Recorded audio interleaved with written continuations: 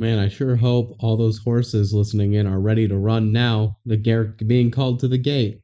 You ready to run? Oh my god, I've never been more ready to run in my life.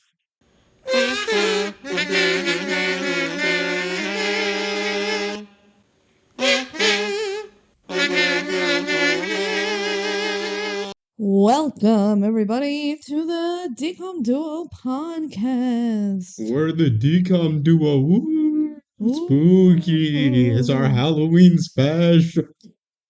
It's not, actually. For once, we're not doing a Halloween movie. Yeah, and also it's not anywhere close to Halloween. We've already done a lot of Halloween movies. I'm Benji. Oh, I'm Kelsey. We're the DCOM Duo. Yay. Yeah. And if this is your first time clicking on our podcast, welcome. Why did you choose Ready to Run? This one? That's an interesting choice. I want to find the person that's like, yo, Ready to Run? That's like the one DCOM I have seen. It would be that person does not exist, right? No. Right? No one has talks anyone about this actually movie. seen this movie? Have we seen this movie? We have twice, Unfortunately, but yes. like, have we? Did anything happen? Who's even heard of this movie? It's got the most generic title ever. Ready to Run. Oh my god, is the horse ready to run? It's about horse racing. Yeah. Mm-hmm. And it's not great. It's pretty boring. It's pretty lame. Yeah. Whatever. We'll get through it. We've already watched it. We just got to record it. Yeah. All right. So, trying to think if there's anything else I want to say before we get going into our regularly proceeded schedule. I don't think so. No. Ready to Run is a movie. Yeah. Well, we have fan mail. We do have fan mail. Do you want to read the fan mail? Yeah, I'll read the fan mail.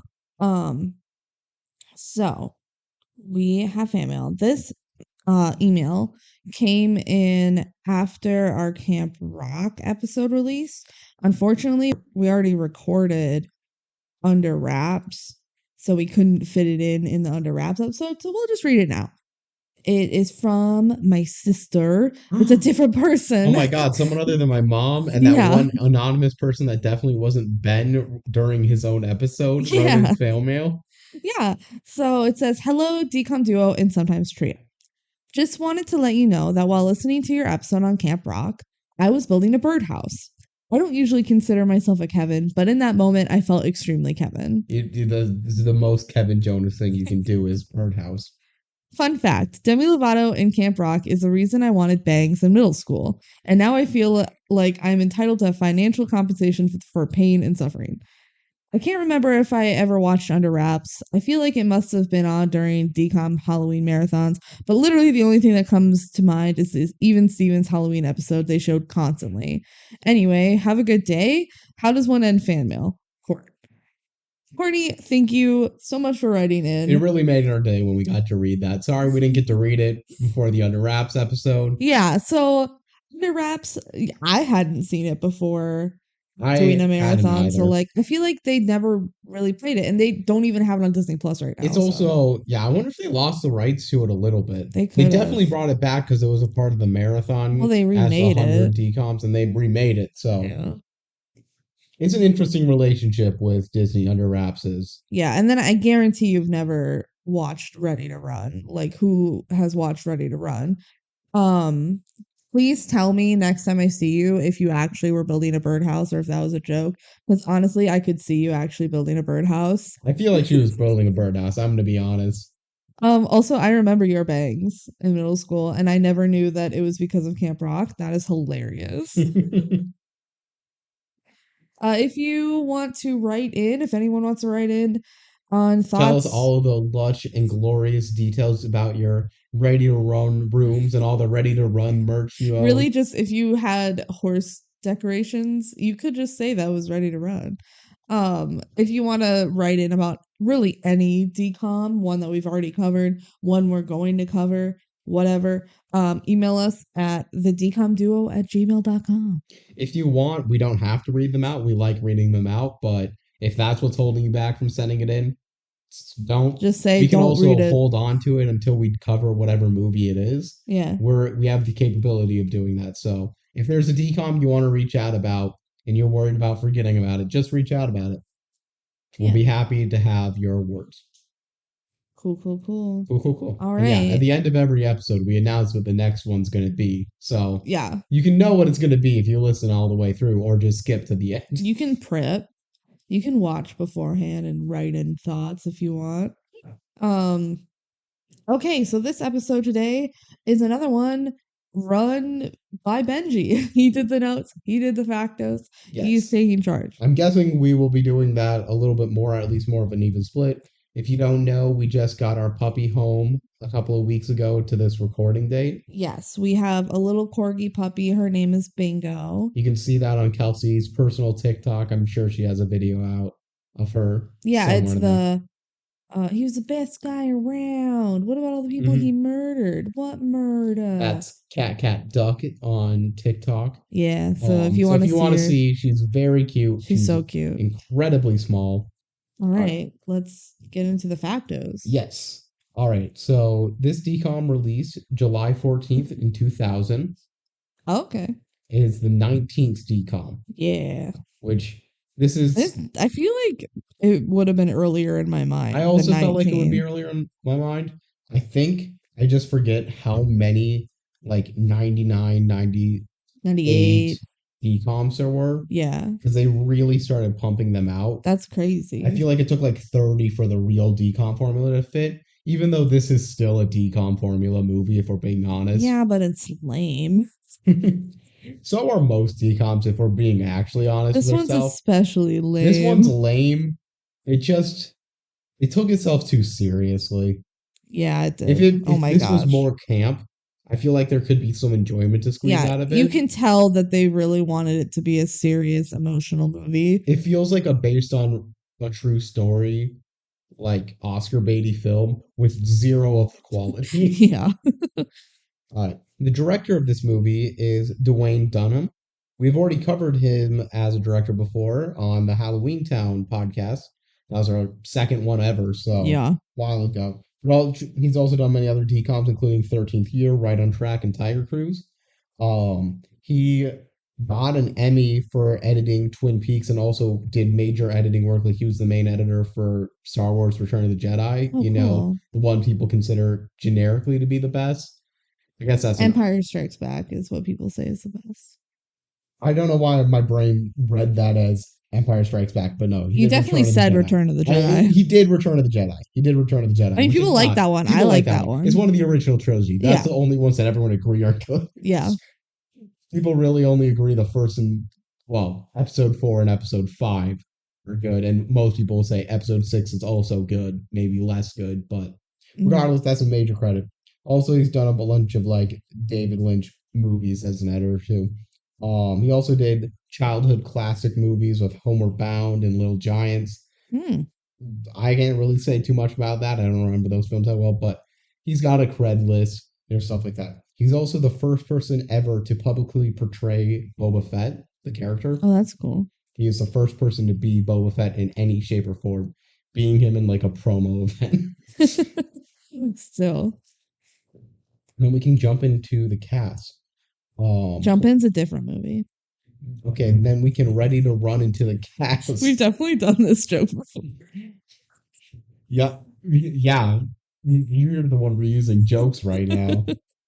Our main lead for the film, Corey Ortiz, is played by Chrissy Perez. Well, that's the former name. Now goes by Crystal Poe. Okay. What's with the name change? I don't know. I for couldn't find fun, stuff. for shits and giggles. You know how many credits she has on IMDb? Probably like 3. 4 total, including this one. Nice. It's like one episode of General Hospital and The Nice. Division, and like a very minor indie movie named Heartset, Nice. and this. For being a lead role, yeah, I didn't think she was that good in this role. She wasn't great. She wasn't awful. I've seen worse. I'm just kind of surprised, like, how nothing it was after somehow being good enough to get the lead role in a DCOM to have no career gain on that at all. Yeah. That's interesting to me. Playing B. Moody, I think they just really call him Moody. Is Jason Dohring. Mm-hmm. He had a main role in Veronica Mars, Okay. the TV show. Yeah, I've heard of it. Yeah, it's the Christian Bell show Okay. from the early mid 2000s. Mhm. Yeah. Also has many TV credits on many like pretty decent TV roles. Like had original recurring roles on the originals, iZombie, SEAL Team. Oh, These are like actual shows people watch. yeah. And he's not really main cast, but he does like a lot of recurring roles. He's still doing stuff. He's also the voice actor for Terra in a bunch of Kingdom Hearts games. Oh, cool. So there you go. Playing Lourdes Ortiz, the mother, is Lillian Hurst.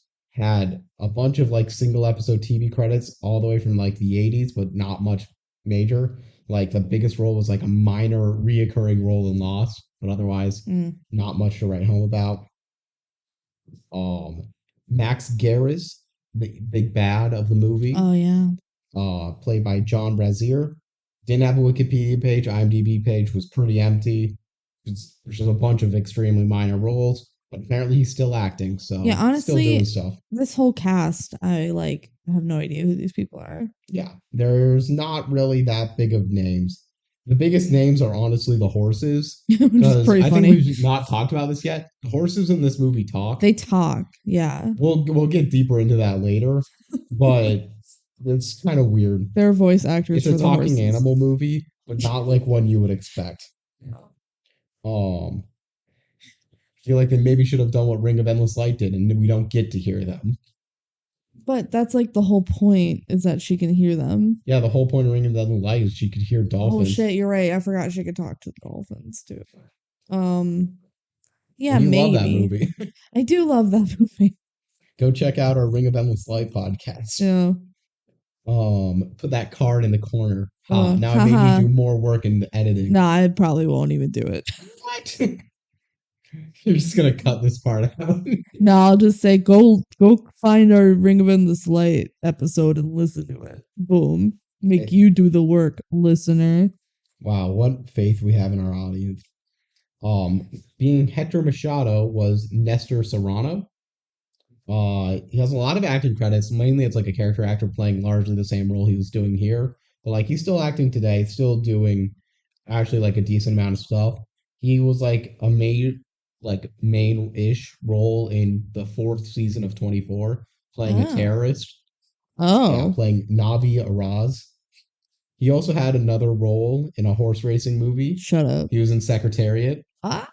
As far as I can tell, pretty similar role from what I can Was tell. he like, hey, it's me, Secretariat? That's exactly what Secretariat says, but I can only tell because I have the confidence of horses, so I could listen into that movie. Yeah. Yeah. And the last human role I'll talk about is Sandra Ortiz. That's the grandmother. She was Yeah. played by Theresa Saldana.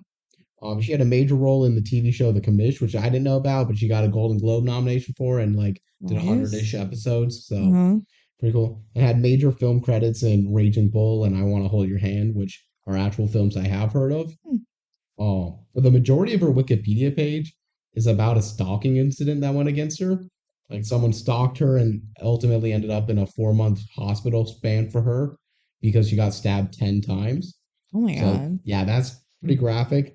But that led her to be like a severe, significant anti-stalking lobbyist who's gotten multiple laws against stalking passed and more Wow. ironclad lockdown. So she's also like done a lot of television work and speaking out and trying to protect people from stalking. Mhm. So yeah, I thought that was interesting. Yeah. And now for the horses. Playing Hollywood Shuffle is Sinbad. All of the horses are stand-up comedians. Okay.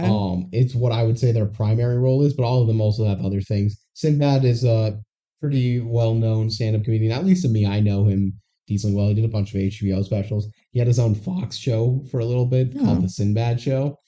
Interesting you started with Hollywood and not our main horse. I went in the order Wikipedia did because I started typing these out when you were taking Bingo out on a potty break and you had to pause the movie. Gotcha. So I just copied them over, and yeah, that's not our main horse, but Sinbad is listed before the TJ voice actor in the credits. Weird. Yeah, which is interesting.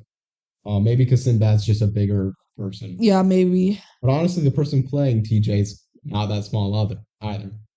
Um, yeah, he's had a lot of TV spots, a lot of random episodes, mainly as himself. He'll come in and be like a little cameo appearance and just play himself. Hmm. And like, he's done some film comedy, but nothing crazy. That's just kind of what every stand-up comedian does. You know, they Yeah. have a few random film roles and they be themselves on other shows Yeah. doing comedy. Yeah. Yeah. Playing TJ or Thunder Jam, Yeah. Thunder the Jam. horse, is Paul Rodriguez, also a stand-up comedian. Also many TV roles as himself. He hosted the Newlywed Show for a season, Oh. so that was something. Wow. He also just has. I was looking through his IMDb and I was shocked at how many different animal movies he's been in. Like a lot of the random ass animal movies you can find, he's been in. Like he was in Beverly Hills Chihuahua, Fuck yeah. and he was in the new Clifford the Big Red Dog. Oh hell yeah. Yeah. We watched that. Do you want to tell the audience what we did about Clifford the Big Red Dog? I don't know if we'll have a better chance to talk about it. Even know why we did this, but we decided we were gonna watch the like live action. The one that no one really cares about. Yeah, when did it come out? Like 2021. 21? Oh my gosh. It Okay. came to streaming in 22, and that's when we watched it. Yeah. So the live action Clifford the Big Red Dog movie like came up on Amazon Prime, and we were like, let's watch this movie 2 minutes at a time. Yes. I think because we I kept don't- I think joking about people putting need- it on. I think people need to take a second to think about what we mean by when we say 2 minutes at a time. Yeah, so I think we kept joking about putting it on, and you It like kept- clicked on it. It kept coming up because it Yeah. was like on the Fire TV. Yeah, I had a watch Fire this TV. because it's free to watch. Yeah. And we would always like hover over it and jokingly be like, "Oh, we're gonna watch it," because we neither of us really wanted to watch it. Yeah, and then I think you were like, let's watch just 2 minutes of it. Yeah. And then we're like, we can only watch 2 minutes of this movie at a time. So like for months, we would just probably like 4 months. like in between watching shows or we're just hanging out or whatever, and we turn on the TV, we're like, oh, let's watch 2 minutes of Clifford. And we literally like time it and watch 2 minutes of this movie, of an hour and a half movie. Yeah, So it's it not took a a long while. movie. It took a while. We over 4 months of 2 minutes per day. It was Like not every day either. It was just we kept watching Clifford, and it really changes how you interact with a film. The annoying characters become so much more annoying, and like the things that you find actually funny become so rewarding. There And was like 1 2 minute segment that we both agreed was genuinely Yeah. great. I can tell you, there's 1 2 minute segment in Clifford that was genuinely good. Good luck finding what it is. They were like, it was just like an action sequence where they're running away. And it was funny. And it was And we're good. like, wow, that was a really good 2 minutes. And that was the only time we said that. There are other times where like it would be funny with pause on a weird moment or something, but it Yeah. really changes how you interact with media when you're just pausing it consistently. Yeah. Yeah. And this movie was in our lives for months. We're Why, like, wow, we're halfway through. why we did that? We don't have a good answer. Will we do that again? I'm pretty confident For the we will. sequel? There's gonna be a sequel. I forgot. Yeah, there's gonna be a Oh sequel. my We gotta do it God. for the sequel. Honestly, what a bit. This is the most we've committed to any like bit And we're or doing it for meme. no one. For no one. It was literally just for our Like a couple amusement. of our friends know because we would be like, "Hey, do you want to watch 2 minutes of Clifford with us?" Yeah, but that's it. because we haven't were still told living anyone with about this. we were still living in our college house. So we were like with our roommates. We're like, oh yeah, hey, you want to watch 2 minutes of Clifford? This is the thing we're doing. And no one really got it. It was It made fucking sense to funny. us. It was funny. Here's the And thing. if it's only funny to us, that's fine. It's really easy to just turn on something for 2 minutes. It's such a minor commitment. It's not, and like this, we never do it if we're like sitting down to go watch something. But we're always Sometimes just sitting it's there usually like which, after. which of our shows are we gonna watch, or like, are we gonna start something? We don't have enough time. Yeah. And that gets us doing something. Yeah, we're like, well, let's watch 2 minutes of Clifford and then reset. You know Iconic. what? I recommend do it maybe on a different movie than Clifford, but do it for a movie that speaks to you. Yeah. It And was Clifford pretty fun. spoke to us. How big is he gonna get? It depends on how much you love him. That is a line in the movie. All right. The only other voice actor that I had noted, it was the voice actor for Cyclone, who's Rick Ducommun, who, Yeah. guess what? What? He's a stand-up comedian Shut up. who has minor film roles. Shut up. Seriously? Yeah, I bet he's like the only guy like that in this movie. yeah, he's the only one. Yeah, he had very small roles, but like in bigger movies, like he's done Die Hard and Groundhog Day and Hunt for Red October and a couple other ones Those like are good I've heard of. movies. Like, yeah, but they're like grocery clerk or security guard. Oh yeah, get that bag. So And then in this movie, he's like, nah, he's a Cyclone, horse. the horse.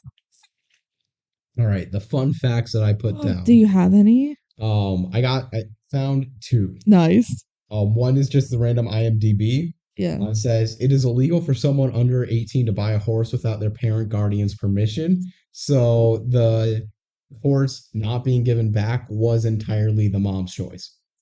Okay. I mean, we'll probably talk about it later, but that transaction shouldn't have been Yeah, legal I wrote down right here no regardless. words on if peanuts count as an official sale. Yeah, we'll talk about it We'll later, talk but about it. like that was bullshit. And the other fun fact is this got like a legitimate nomination from like the Sound Editors Guild Really? for TV movie sound editing. Like, This like horse racing and shit. yeah, I don't know. Apparently that was good in this movie. I didn't notice it, but like I also I didn't also notice it didn't being care. annoying. So it probably was genuinely good quality sound editing. Sure. That's something I'm not tuned in to listen for. Me You only neither. can really tell for me when it's bad. And it wasn't bad, so apparently it was great. Yeah. All right. Now we finally get to the Disney Plus description. Hell yeah. This is the best part of the movie, guys. Spoiler alert. Although her father died in a racing related accident, Corey Ortiz dreams of becoming a jockey in the predominantly male sport of thoroughbred horse racing. Despite her mother's misgivings, Corey uses a gift her grandmother calls the confidence of horses to help her horse, Thunder Jam, overcome his fears, then guides him all the way to the California Derby. Couple of notes on this one. They talk about how being a jockey is a predominantly male sport, which is true, but that comes up not at all in the movie. I was literally about to say that like the description makes you think like, oh, they're gonna be like, oh, you can't do this because you're a girl. They don't Which bring that like up once. it's like kind of fair, but it's less so that she's a girl and more so just that like Her it's dad died. dangerous. Yeah, it's dangerous and her dad died. Like this isn't a movie about overcoming sexism like some other DCOMs are. It's really just like I want a horse race, Yeah. And it's like the only thing holding you back is your mom thinks it's dangerous because your dad literally died doing it. Yep. So I mean, that's whatever. really all I had to say about that. I said I had a couple things, but that basically covered what I wanted to. Yeah, well, to the confidence of horses, that's the funniest fucking thing I've ever heard. It's so funny. I'm pretty sure when we were doing our initial marathon and we're like, oh, what DCOM should we watch?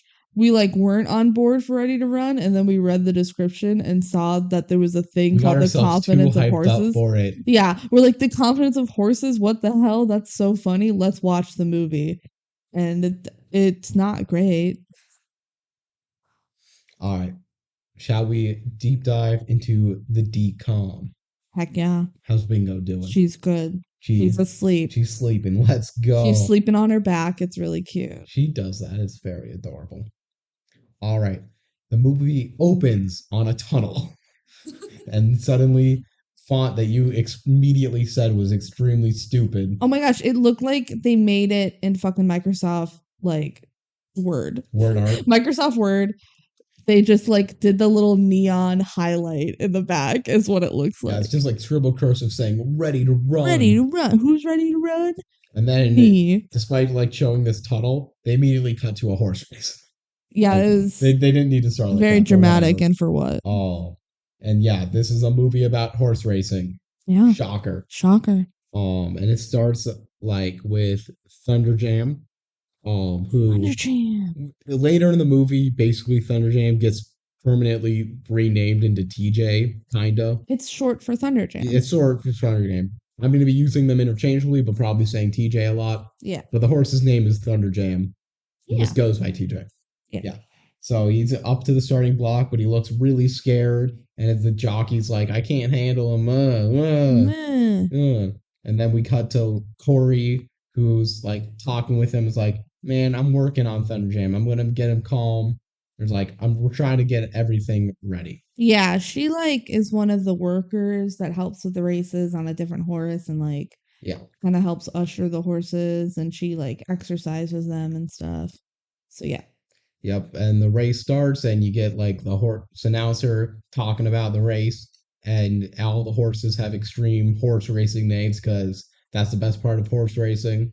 I Yeah. like horse racing, I like but horse it's racing also too. very fun to hear the announcers say all these stupid names. Yeah. You ever see the race where it's my wife knows everything versus the wife doesn't know? No. Those two were like neck and neck the whole race, and the announcer was like going full hard on it. That's really funny. Pretty fun. Meanwhile, Thunderjam got stuck in the gate. He never left. What the heck, Thunder Jam? Yeah. So he's there.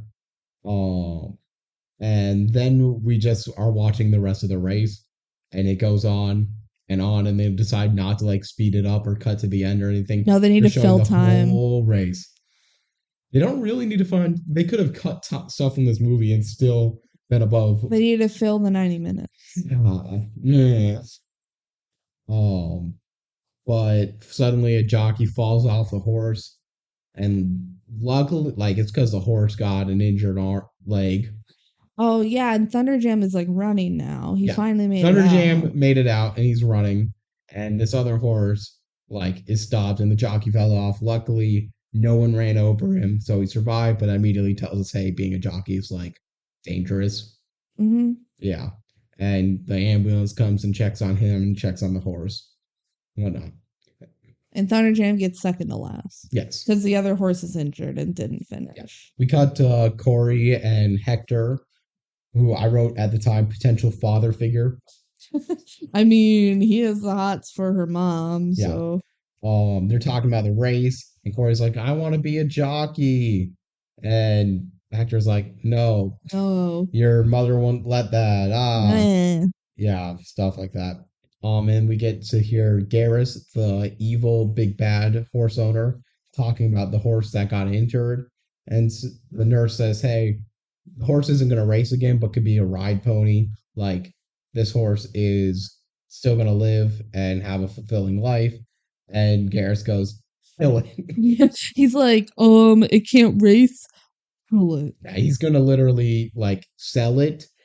It's a little unclear exactly what he's doing, but his plan is to basically have this horse die so he gets insurance money. Yeah, I don't know exactly how that works.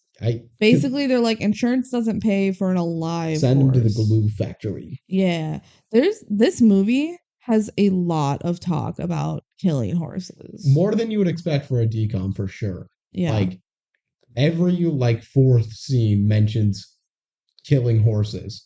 Yeah, it's pretty dark. Yeah, it's surprisingly high. Also, if you paid attention at the beginning of the movie, this movie contains depictions of tobacco use.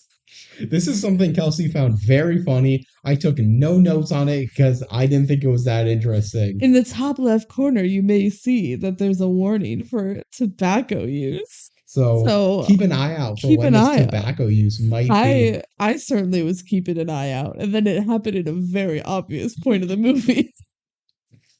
So don't look too hard. Yeah. The jockey of Thunderjam comes back in and he starts yelling around because he's mad about TJ. So says he literally yells at Thunderjam, goes, Thunderjam, you're pathetic. Thunderjam, you're pathetic. I love when he's storming around. Meanwhile, Corey, our main character, walks around to Thunderjam, goes saying, oh no, baby, you did good. You did good. You were running so fast at the end. I like you. You're strong and you have a racing heart in you somewhere. Aw. Meanwhile, Garrus, Garrus is an evil horse owner and he's gonna kill that horse. Boo hoo. And I'm sad about that. I'm Corey. I'm Corey and I like horses. Yeah, we should be clear. Thunderjam is not Corey's horse right now. No, Corey's horse, if she has one right now, is Wookie's Cookie. What? Yeah. She doesn't have a horse. That's the one she is most taking care of right now. Is it the one that she rides and stuff? Probably? I don't think so. Well, she rides a horse around for the horse races. Yeah, but I think the racehorse she's taking care of, because the Wookiee's Cookie rode in that race. Oh, is that one of Hector's It's one of Hector's horses? horses. Because Yes. he owns racing horses and she works for Hector. Yes. Yeah, that makes So if sense. there is a horse she's working with, I was in that race. It was Wookiee's Cookie. Wookiee's Cookie. Yeah. Again, horse names. Yeah. And Corey is like, go home for dinner. Hector says that, like, your mom's gonna be waiting for you, and she says goodbye to the horse that's gonna die. Like, sadly, Bye, she's like, I don't horse. want this horse to die. When Hector's like, maybe it'll grow wings. Yeah, maybe it'll grow wings and Fly away. and survive. Yeah. So she gets paid by Hector for a day's work, and she goes home where her brother Gabby, Yep. yeah, is just playing jockey in front of the horse like TV. Yeah, there's a horse race on the TV. So this family just loves horse racing. Well, yeah, their dad did it for a living. Yeah. And he died doing it, but you know, they Spoiler still like alert. it. Oh, sorry. It was literally in the description. Yeah. And it's just a generic family relation stuff. The people who live in this are the grandmother, the mom, and then the two kids. Yeah, I think so. The grandmother was the dad's mom, right? I believe so. Because later, when she's like, "Oh, the gift of the family," she said, "Like our family has a gift, and your dad." I believe had so. it. So I'm assuming this is the father's mother. I believe so. Also, the kid is wearing Corey's underwear. Yep. I glossed over that because I'm like, I don't want to talk about it. It's kind of gross, but I mean, I'm assuming He's they're pretending it's a clean. jockey helmet. Yeah. I assume they're clean. Yeah. It would be worse if they weren't. She just kind of takes them off and Yep.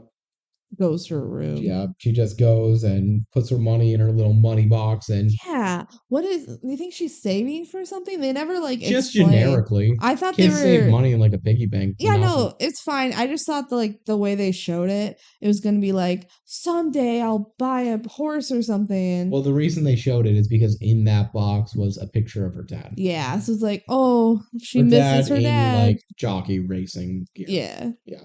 That's why I think like she'd be saving up for like a horse or something. Well, maybe, but like I think it was just to get an excuse to show a picture of the dad. Yeah, that's fair. Yep. We cut to a family dinner and they talk about how Hector's been on a real cold streak recently and all his horses are All his terrible. horses suck. Yeah. And the mom is just like, you know what? Hey, it's gonna turn around for Hector. He's a good guy. And that means he'll have luck and the grandma's luck. Like, I never have good luck and I'm a good person. So your logic is flawed. Gabby is annoying. I really don't care about him. I didn't even write about him in like the actors because I didn't care. He's not a part of this movie that matters. He's in like 4 scenes. Yeah, He pretty just much. he exists because the based on the real story has a brother. Except this isn't based on a real I story. was about to say this isn't based on a real It story. just feels like it is, but Yeah. it's not. It's a movie about talking horses that has gone a decent length without having talking horses. Yeah, Corey's like, hey, can I be a jockey? And the mom says, no. And she's like, but dad said I can be anything I want to be. And mom goes, that made him die.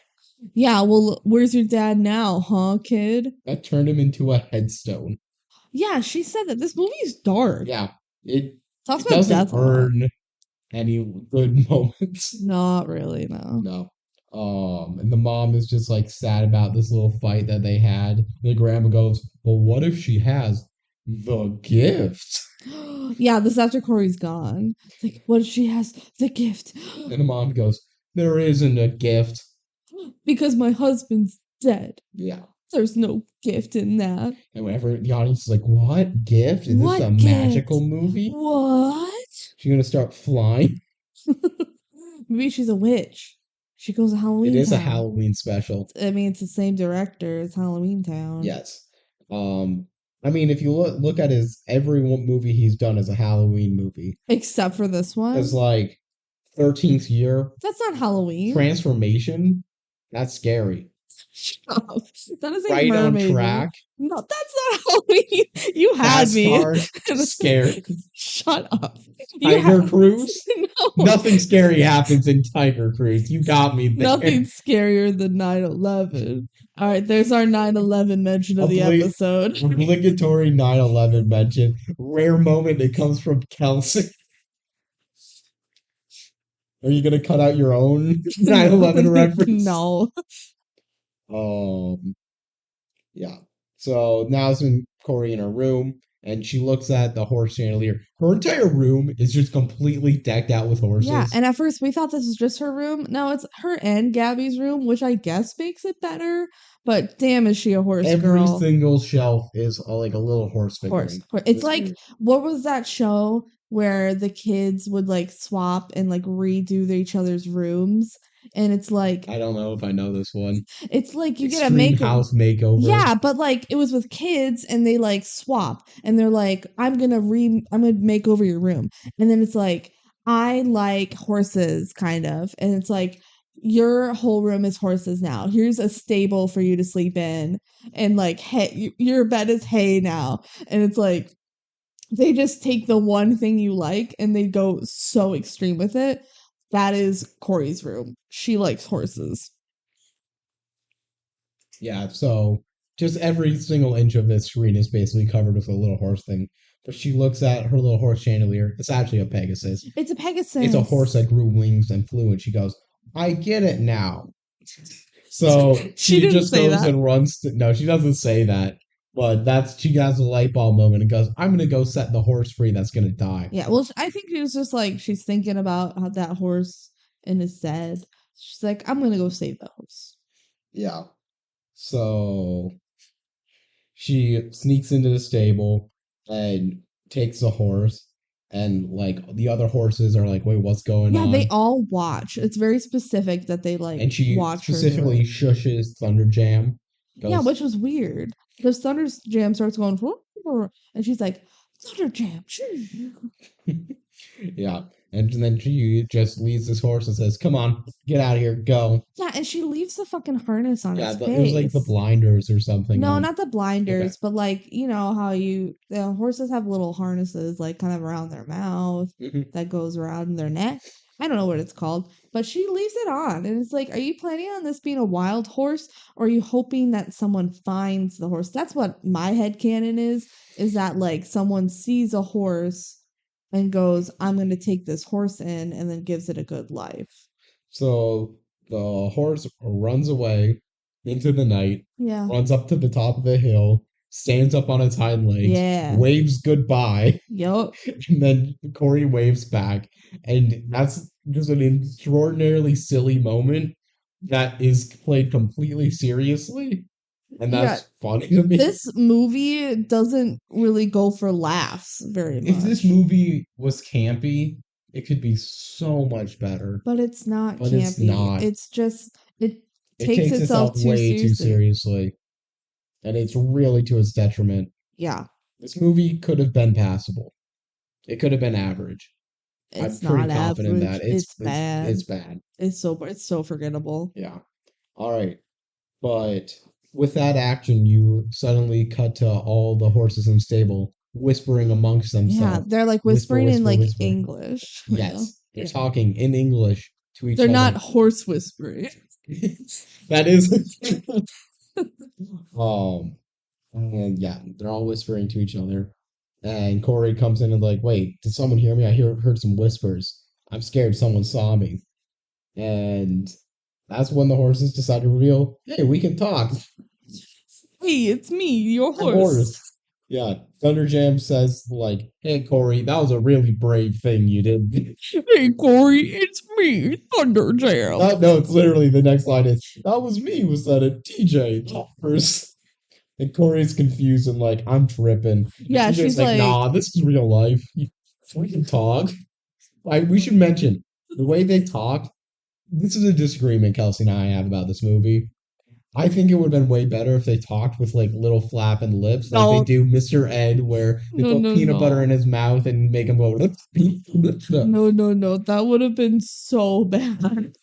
It would have made. I mean, it would have made it more campy. That's what this movie needs. Is more camp. Therefore, it would have been like funnier and better. But in actuality, they made the right choice and made the horses talk like telepathically. Yeah. Like the horse will still make head movements that are Yeah. normal, but not like mouth movements. No, you want the lips to move.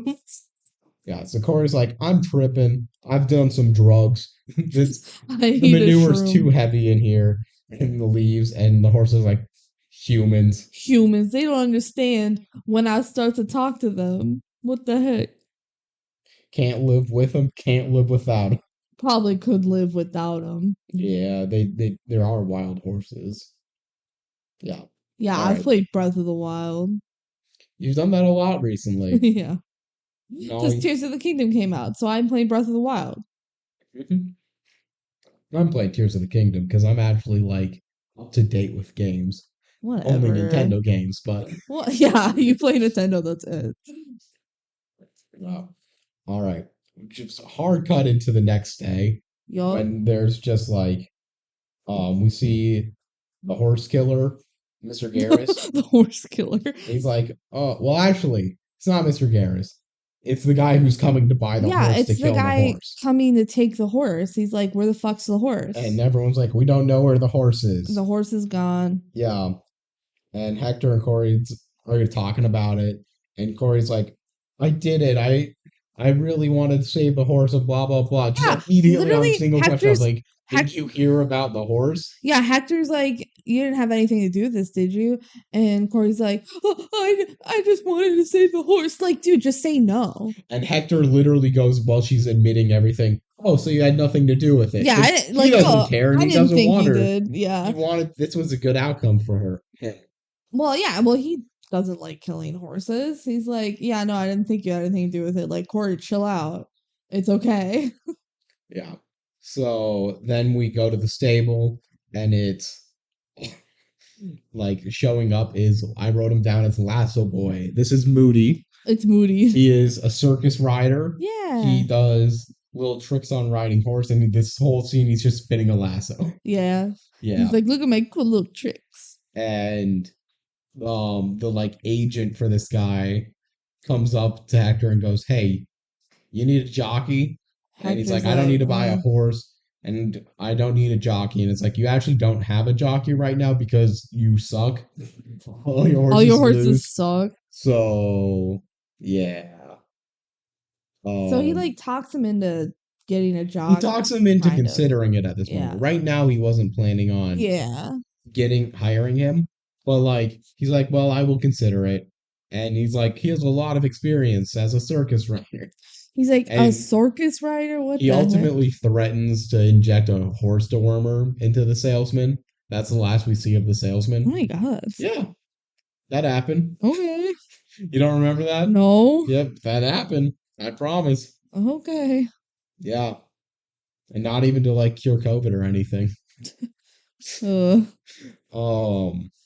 All right, now we get to finally learn a bit more about the confidence of horses. Fuck yeah. So Grandma and Corey are like talking about the horse racing because apparently there's horse racing like every day. Yeah, did you mention that Grandma uses like toothpicks? Yeah, she bets using toothpicks. What does that even mean? I wonder if this is because she has such a bad gambling habit that she can't use real money. She uses toothpicks in place of money so that she's not just losing money all the time. That's my guess. All right. But they don't really explain it. Again, it feels like it would be something out of a true story that they just put in for historical accuracy without explaining. Yeah. But it's not a true story, so why? So what the heck is going on? They never really explain it.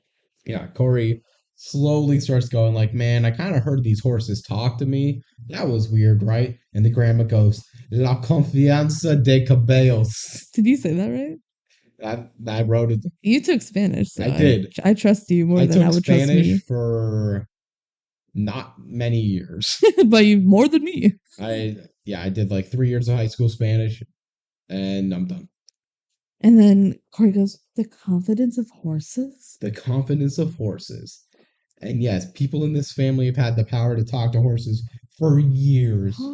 And also, it's only people who have pure hearts. That's why I can't talk to them. Corey's like, Grandma, that means you can talk to horses? And she's like, nah, I'm a bitch. You think I would be losing these bets if I could talk to horses? Yeah, she's like, nah, I'm not a good person. They only talk to people who are good people. This is why you can't rig a horse race.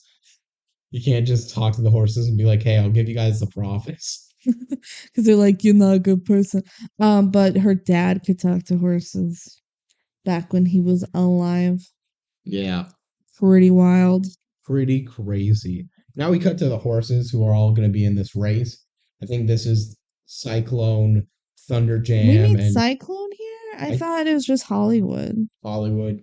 Yeah, I'm pretty sure Cyclone comes later for the first time. okay. Regardless, the horses are talking to each other and they're really Yeah. just shit talking. They are. And they're also like hitting on the one female horse. Yeah. It's more sexist than it needs to be. I mean, this movie came out in 2000, so you gotta expect some sexism sprinkled in there. Yep, you can't do that. And yeah, all the horses are just kind of annoyed and they're getting annoyed with every like little thing, but whatever. And Corey's the only one that can hear, and it's like, you guys don't hear that? Huh?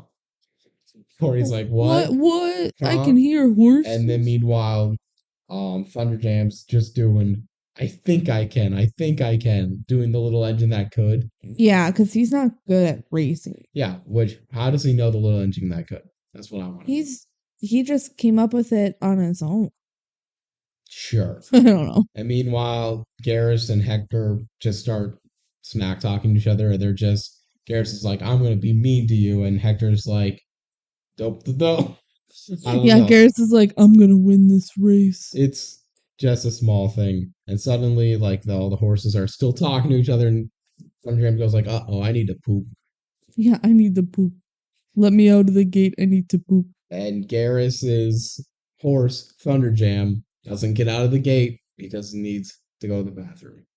Yeah, the race starts and he's pooping. Yeah. Long story short, everyone makes fun of Garrus because his horse just can't run out of the gate. So Garrus, after the race, is like, "Man, I'm just gonna go kill Thunderjam." He was like, shit talking so bad for anything. He was shit talking Hector so bad. He's like, obviously I'm gonna win. And then the Thunderjam comes in dead fucking last. Like, you already know that this horse sucks at getting out of the gate, and you're gonna shit talk that much. Something I thought I caught in the very, very beginning of this movie was them saying that Thunderjam was like a favorite. And that's Are you less sure? I mean, I'm not 100% confident on that. I didn't write a note about it. But it feels weird because either that means this is a decent horse that's just had a bad rut of getting out of gates, or this is a bad horse that was a favorite for some reason. For some fucking reason, because Garrus is like, it's my horse, and he's obviously good. Yeah. Also, we learned later his dad won, like Kentucky Derby or something, so. Yeah, well, I mean, that's true for a lot of horses. Yeah, well, maybe they're like the bloodline. The sperm rights that you do the actual horse racing. Yeah.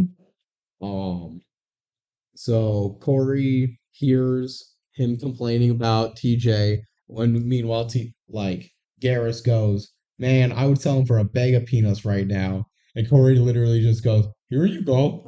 Here you go. I have a bag of peanuts."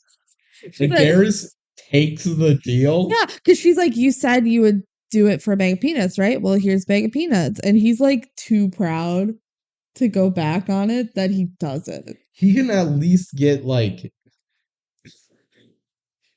kill the horse and eat the meat. I don't know. Like, he could sell a horse. You can sell a horse. Yeah. For a lot of money. This like, probably not as much. Probably not as much for like a racing horse. You can just sell the horse as a horse. This is such a dumb plot point, and it's really glossed over. Okay, the fact though that they like treat this transaction as final. Like, Corey has a horse now. Yeah, this is not a plot point in the rest of the movie. There's no fucking contract saying that this is her horse. She doesn't have. There's no paper trail. He probably ate the peanuts. Your Honor, he still has the peanuts. No, like, okay. Slight spoiler. I'm jumping ahead a little bit. TJ starts doing well in races. Shocking. And it's never a plot point for Garrus to say, "Hey, actually, I own this horse, so I need them. I get the money." Genuinely, I feel get away with that. He could take them to court and say, "I own this horse." Yeah, and he would win. He would win.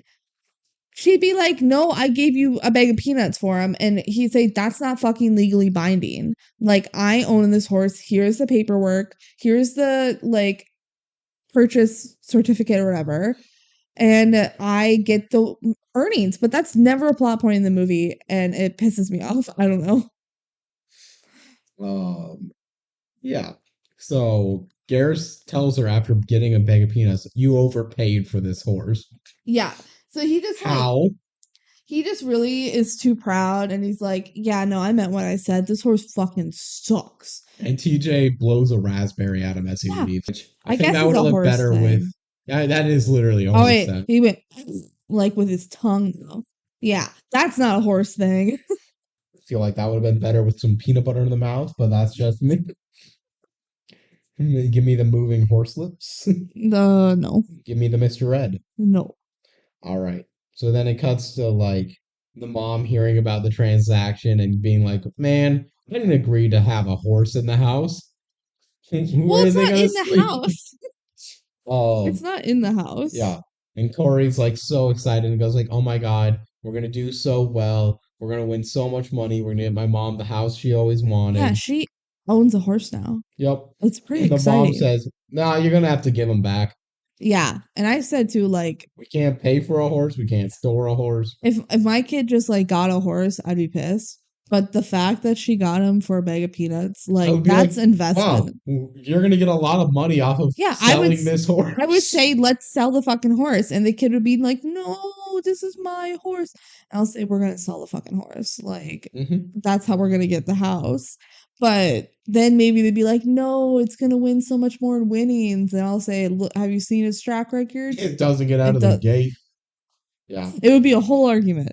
And like, Corey's like, "I'll pay for him myself." I'm like, how? But Yeah. whatever. Well, then they say he'll earn his He'll food. do his winnings. Yeah, through his winnings, he'll Yeah. like pay his way. And Hector's like, "Well, he can stay here in the stable that I own, like right next door."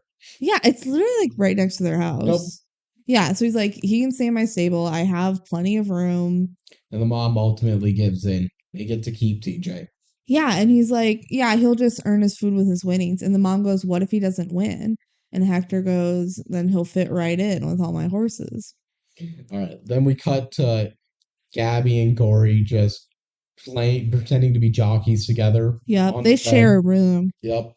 And the mom's like, "Hey, just because you own a horse doesn't mean you're a jockey. That's still banned, right?" Yeah. And then the kids just go to sleep in the same room. Yeah. Yeah.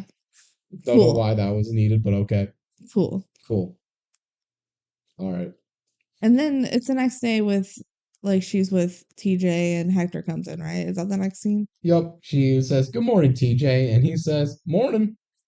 And she's like, what? Wait, you can talk to me? The confidence of horses? I What? think I'm insane. This can't be real. What the heck? And TJ's like, "Yeah, I'm bad at racing, so." Yeah, TJ's like, I'm not gonna And race. Corey's I'm like, bad. "Okay, but like, have you ever tried trying?"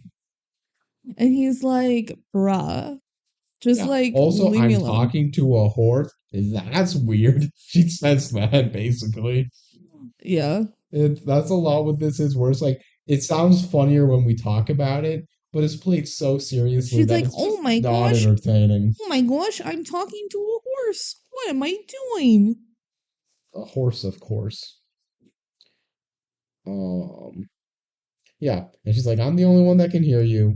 And Hector like comes in and's like, "Hey, the only reason I'm letting TJ say is because you wanted him, but he's not racing because he Yeah. fucking sucks." Yeah. So he literally like talked to the mom, like, oh yeah, he'll earn his Which, food. what a nice thing to do, He did, honestly. and he was lying. He's like, I'm Yeah. not gonna race this horse. This horse sucks at racing. Which I totally defend his decision. Hector's cool.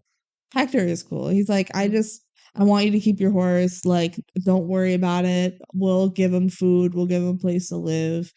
You can just have a horse. And TJ's like, "I'm hungry," and Corey's like, "We're gonna go work out, actually." And that's the whole scene. Yeah, she's like, can I at least still like take him for a workout? Because she's like, I want to go train him to She race. still wants him to race. Yeah, but he's But like, it's nah. So fine, she's yeah, like, go exercise, and it's your horse. I don't care. yeah. So So they go on the exercise ride, And then suddenly Thunderjam TJ sees a poodle. Yeah, they never explain what a poodle's doing here. Nope. And we never see the poodle again or anything. Yeah. And gets freaked out and starts running in the opposite direction. Yeah. And he's sprinting very fast. Very, very fast. And Very Hector's fast. like, oh my god, that horse is running fast. Let me grab my big stopwatch and start timing him. Yeah, and I was like, at first, like, wait, when does he start and stop the stopwatch? Like, what? But he probably just like had a knows the marker. distance, Yeah, yeah. because he says like, oh, he made it like an eighth of the way or whatever in this amount of time, like when they meet up. So he like timed out a certain And amount. after seeing how fast he is, Hector's like, you know what? Yeah, he's gonna race, but that means we need a jockey. We need to train him, like start over. We need to start training him, and we need a jockey. So she's like, can I be the jockey? And Hector says, no. No. That plot point doesn't come till the very end. You should know this. So this brings back Moody, who was the jockey that they were trying to get sold earlier. Hell yeah, he's a circus and they boy. just it cuts to him doing tricks on. I think it's TJ that he's doing these tricks. Yeah, no, it's on TJ where he does stuff like little handstands on the horse. Yeah, and he like runs on the ground for a second. Yeah, and then he's backwards. Circus tricks. Yeah, it's pretty fun, honestly. I wonder if that was actually the actor doing that, or if they got like it's a stunt. It's gotta be a stunt. Dang it! Especially knowing that the actor actually does acting. Yeah, but it was really fun to watch. No, it's cool. And yeah, he gets given the gig and calls Corey a dude, and she's like, "I'm not a dude," and says this mule is really cool, and TJ's like, "I'm a horse." Then he gets a gig. Whatever. Welcome to the movie. And then TJ goes, "I'm a horse," and then she's like, "I'm a girl." That's all TJ talks about is, I'm a horse. The closest thing we have to like, the description's like, oh, this is a man's sport. The closest thing we get is Moody kind of being like, hey, dude. And she's like, I'm not a dude. Even though dude is it's pretty quite often gender neutral. Yeah. Like, I wouldn't care, but it's okay. Like, if she cares, fine. She's like, I'm not a dude. Yeah. Moody is kind of a himbo. He is a himbo. Yeah. The only question is, does he respect women enough? I think he does enough, yeah. Yeah, we'll get on that more later. He just says dude, which honestly isn't it's really a himbo bad. thing in of itself. Yeah. It's just because he's dumb. Oh, yeah. And so he starts like hugging people after getting the job to be the jockey, and Corey's like, touch he's so me excited. and die. Touch me and die. Yeah. And he kisses TJ, and TJ's like, what the heck? What the heck? I'm a horse. I'm a horse. Did you know I'm a horse? I can talk, but only Corey can hear me. But I don't move my lips. Yeah. So now they're game planning what they're gonna do with TJ. This is where they actually go like, okay, TJ was in all the wrong races. If he did these other races, he would be doing a lot better. He says that multiple times, and he doesn't elaborate what he means by like these are the wrong races. Probably the ground, maybe like turf versus but track. They don't say it probably because they don't want to actually write into the script which ones he's good at and which ones he's bad at, because that was probably written before they casted. That's too much detail for the audience. This is a kids movie that we don't need to know. It's specific. Fine. I'm not going to complain about not knowing that, but they don't elaborate. They're just like, we're going to give at least somewhat of an excuse of why he was bad before and why he's good now. Yeah. And Corey's like, all right, you can pull TJ out right now. I know you're not the jockey, and it's your horse. If you don't want him to race, we don't have to race him. She's like, no, race him, but we need to build up his confidence first. Yeah, the confidence of horses. So then we get into like a small training montage. I don't even know if it's a montage, actually. No, it's not. This one's not a montage. They do a lot of montages. They're just trying to get TJ into the gate, and he's doesn't want to, and it's a lot of him talking, be like, I don't want to go in there, that's scary. He's like, I'm not gonna do it. I'm not gonna do it. And then he eventually just launches Moody off the horse. Off of himself. Like through the gate. Yeah. He's like, I told you so. I don't want to get out of the gate. And then we get to Hector going into the mom's restaurant. Oh, she's like a waitress at a little diner. Yeah.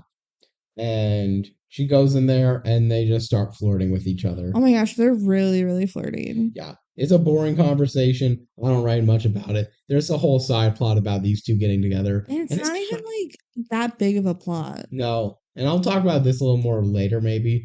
But considering how close he was to the death of her husband, It's weird. it's a little weird. She really has the hots for him. I'm like, did you have the hots for him while your husband was still alive? Yeah, and I want to know that. I feel like if we saw a prequel to this movie, it would feel Well, so weird. especially in this conversation, he's like, I saw this girl once and she like redefined beauty and she was amazing. It's like, is that the first time you ever saw her? Because that's when she was married to Yeah, the jockey that you worked with yeah, who died. it's Like, it's weird, weird. and they don't talk about it, and it's fine because they should talk the least about this. It's This is a it's the kids worst movie. plot in a bad movie. This is a kids movie. These kids don't care about these adults flirting with each other. This Like, I movie tried to be promise. something real special, and it didn't. It's not special. Yeah. All right. So now Corey is like yelling at TJ, being like, "Hey, you gotta actually try and stuff." And TJ's like, "I'm gonna quit.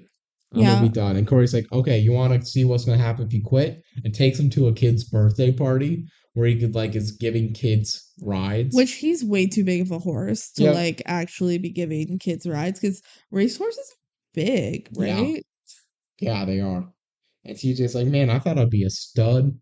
Yeah, and she's like, studs are for horses that win. Yeah, you gotta win to be a stud. You You are don't not win. going to the stud farm to like just live out your best life. You are a plug. They keep saying plug. That must be a term. It must be a term. Do I care enough to Google it? No. Yeah, I don't. Good call.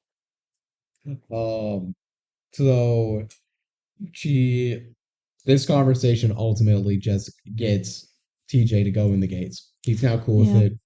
We're really underrepresenting how much this horse talks.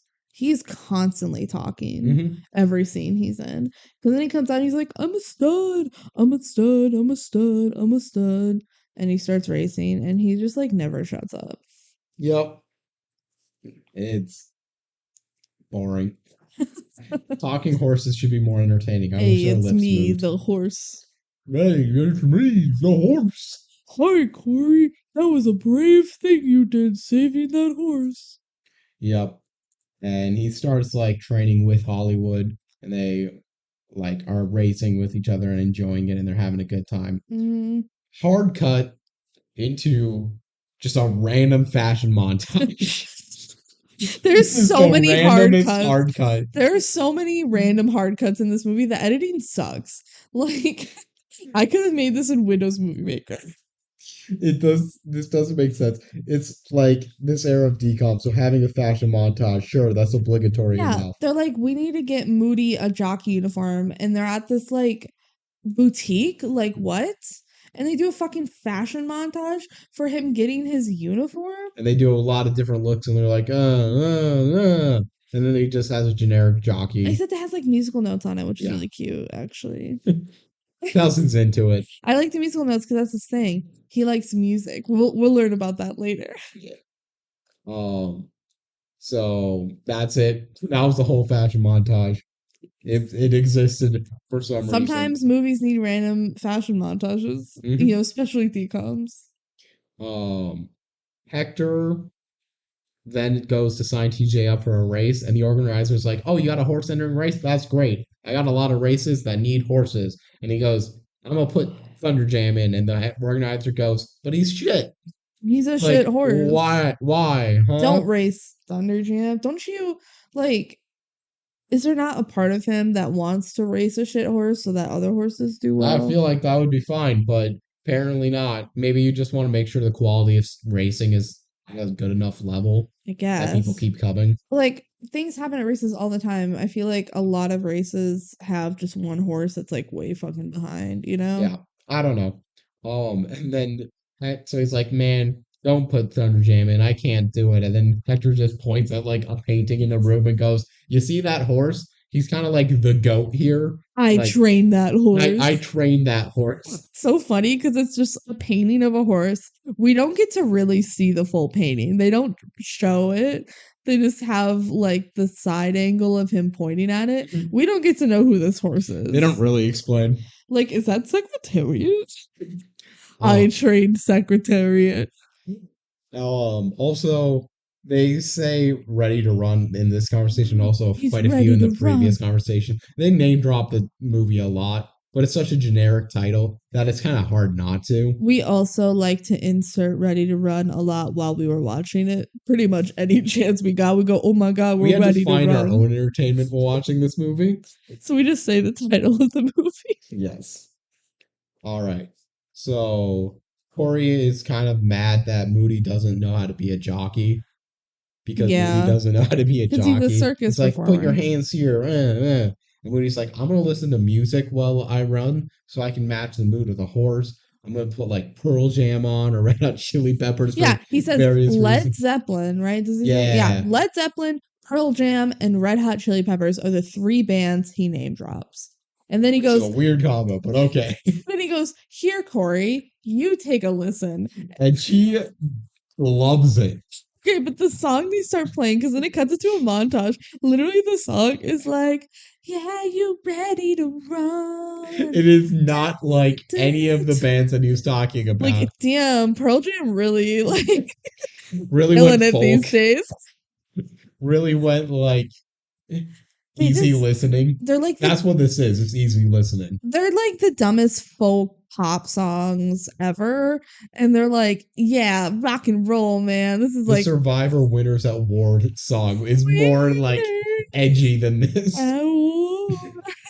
It's like, damn, this is really like Red Hot Chili Peppers right here. Led Zeppelin, who?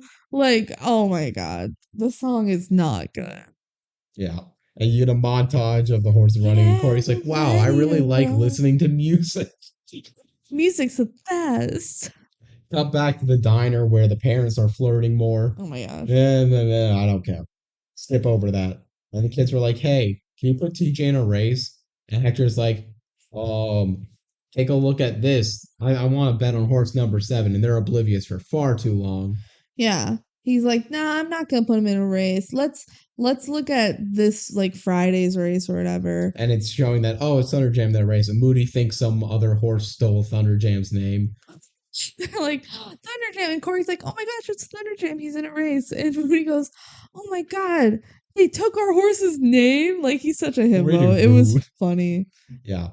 So that is that. And now they're getting ready to race because they are not quite They're getting ready to run. Oh. And then we get probably like the emotional climax, like of the dialogue of the film here, where they're gonna explain everything that happened to the dad. Oh yeah. So it's just like a film session between Hector and Corey where they're like game planning. Hey, when this happens with the horse, we should go like this. Yeah. We should pass around like that. Blah blah blah. Mhm. Hector's like, man, I do have beef with Garrus. You're right. I do. I don't like. I hate that guy. Yeah. So apparently Garrus, Mr. Evil Horseman, Yeah. the big bad of the movie, he hired Hector to begin with.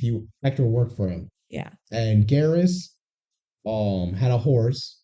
I think it was Mendeley. I didn't actually write the name down of the horse, but who was doing well and making them a lot of money, that was trained well, and had a bad hoof, but the vet missed it. But Hector noticed it and was like, Garrus, you gotta scratch the horse. He can't run. Yeah. And Garrus said, no, the vet checked it out. That's fine.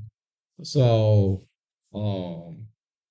Hector quit the job right there. Yeah, he's like, fuck you. And ran to go try and find the jockey to be like, hey, don't run. Don't run. The horse is gonna die. No, but the horse is injured, so. Yep. But they weren't able to get the jockey in time. The race gets run, and while the horse is in the lead, it like trips and falls, and the jockey gets trampled and dies. Yeah. And spoiler alert, and I'm not saying spoiler alert because this is what it actually, they say it here. Yeah, that was Corey's dad. Yeah. He was the jockey that died. Knowing what we know, Corey's dad had the gift to talk to horses. Why didn't the horse say, I think the my horse hoof didn't is know. bad. That's my only Then guess. how the fuck did Hector know? Hector can't speak to horses, but he can see horses and But view the trained vet to look. didn't know, The and the vet was horse phoning it didn't in. know. The What vet the hell? hates their job. I think the horse should have said, "Hey, Hector, not Hector. Hey, Hey. Corey's dad. My hoof. I'm a hurts. horse. I am a horse." Because you can talk to any horse, right? Yeah. That's a He can thing. listen to them at least. Yeah. Well, because the horses just Maybe he didn't understand have the English. gift. Maybe he just He lied wasn't about pure of it. heart enough. He lied about it. Yeah. It's like I can definitely talk to horses. He meant it like metaphorically of like I feel like the horses speak to me because I understand them on a deeper level, you know? While they're telling the story, the mom pops in because apparently she's also in this room. I don't know. It's like the And it's like, barn. hey, it wasn't your fault he died, Hector. Also, can we kiss? That's not actually what happens there. Also, let's They're kiss. still flirting. And I wrote down like the pre-existing relationship here makes it weird to me. Yeah, she's like, it's not your fault, Hector. It's not your fault my husband died. Yeah, and it's like she has the hots for him. Yeah. It's weird. And the mom's like, I'm not gonna go to the race because that's where my husband is. Yeah, because Corey's like, are Like, you you coming can tomorrow? date- She's like, you coming tomorrow? And the mom's like, no, I can't. I have too many memories there. And then just like, but Hector's a great trainer. You're gonna do great. Yeah, And she's then like, they just Hector's the best. go back to more strategizing. Yeah. All right, now it's the next day. It's time for the race. Thunder Jam's grand return. Heck yeah. Yeah. So they come to the horse track where TJ and Moody check in with the horse, and Moody's like, "Man, I don't like my pants. They're too slippery." Oh yeah, because he's used to circus pants. Yep. And Garrus is like angry that Thunder Jam's here. He's like, Yeah. this horse was useless. This dumb what the horse that heck? I gave away for a bag of peanuts. Yeah. Yep. And all the horses are just angrily talking at each other because that's what you do when you're a horse. They're like, hey, I'm a horse. You're Yep. gonna lose. You had me write this down because apparently one of the announcers says that TJ is not number 7. Okay. So this is the race Cyclone is in. Where we Yes. get to meet Cyclone, and they're like, what is Cyclone doing here? He's a way better horse. And they're like, oh, he's just like getting some practice in for the bigger races. And they're like, Cyclone getting into gate 7. Like an announcer says that, and I'm like, what the fuck? Thunder Jam is number 7. They said it in the newspaper, and then I look, and Thunder Jam is wearing number 7, and then they say Cyclone is in gate 6. Like what? They just messed up. And they kept it in, but who cares? It was so Yeah. dumb. And Corey's talking to TJ because TJ is like, I can't do this. I'm bad at racing. Yeah, and Cyclone is so good. And Corey's like, Cyclone's "You're good, shit though." talking. Yeah. Cyclone's like, you're going to lose. Yeah. Yeah. I'm a horse. I'm a horse. You're not a horse. Yeah. So TJ's just freaking out about this and they're in the gate. Yeah.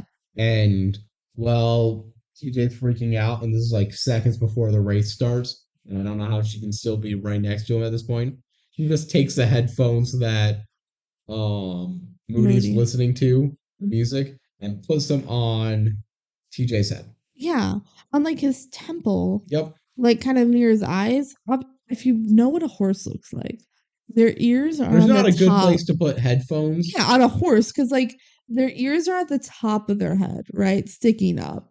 You could put like earbuds in. Earbuds would work. Headphones would Headphones don't. She just kind of puts it on his head and he goes, whoa, Okay. music. Yeah. And then the race starts and TJ's absolutely killing it. Like smoking the conversation. He's in first. And I wrote down that I feel like the headphones are cheating. This is a plot point later on. Yeah. We'll talk about it more there. I still think the headphones are cheating. Yeah. Yeah. It's pretty weird. Cyclone is catching up to TJ though, and they like are now neck and neck, and it's getting close to the finish. And Cyclone like knocks TJ over. Yeah. And TJ gets hurt.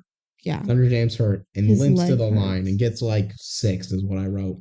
I don't think he got last, but it was like close to it. Yeah, After leading the didn't whole way win, yeah. because he got injured. Yeah. Yep. And the nurse comes to check on him and he's like, please don't kill me, nurse. Yeah, he's like, don't shoot me. It's not broken, I swear. Again, dark. Yep. And in the next scene, the nurse is like, yeah, the damage isn't that bad. You just need to rest for a little bit. Yeah, he just sprained it. Like there's some swelling. So as long as he rests up and they like ice it or whatever, it'll get better. Yep. And then we get Corey and TJ talking to each other, and it's like, man, isn't music great? And TJ's like, yeah, I'm gonna do a little dance. It sounds like I'm joking, but that person was That playing completely like straight like that that. literally happens. He does a little dance. He's just like, I'm gonna do a dance. Do, do, do, do, do, do, do.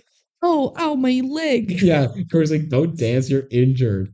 And the mom's watching. He's like, She has the confidence of yeah, horses. she literally says, She has the gift. not only does she say she has the gift, she goes, well, what was the name of it? La confianza de caballos. She He has the gift. It's so dramatic. It is. Again, I wish this movie was sillier because that could have been really funny to say both of those. I wrote, and all the emotions and for what? Because it's like so much like pulling into the deep well of emotions for these. Yeah. Yeah. Suddenly we get into a montage. Well, actually, first, Hector and Corey are putting ice on TJ. Yeah. Yeah. And Moody brings in a newspaper, which is like, yo, look at this. TJ limps to the line, but everyone loves it. Everyone loves Thunder Jam. And everyone's like, wow. And I'm like, horse racing is the only thing they report on in this town. That's the only thing that matters in this whole town. Yep. So then we get a little training montage. It's not actually a training montage. It's a winning montage. It's a winning montage. The horse has not won a race yet that we've seen. It's gotten like 6 as best, but this montage it wins like all of the 7 races. Yeah, all of them. And we just see all the newspaper articles of like Thunder Jam wins again.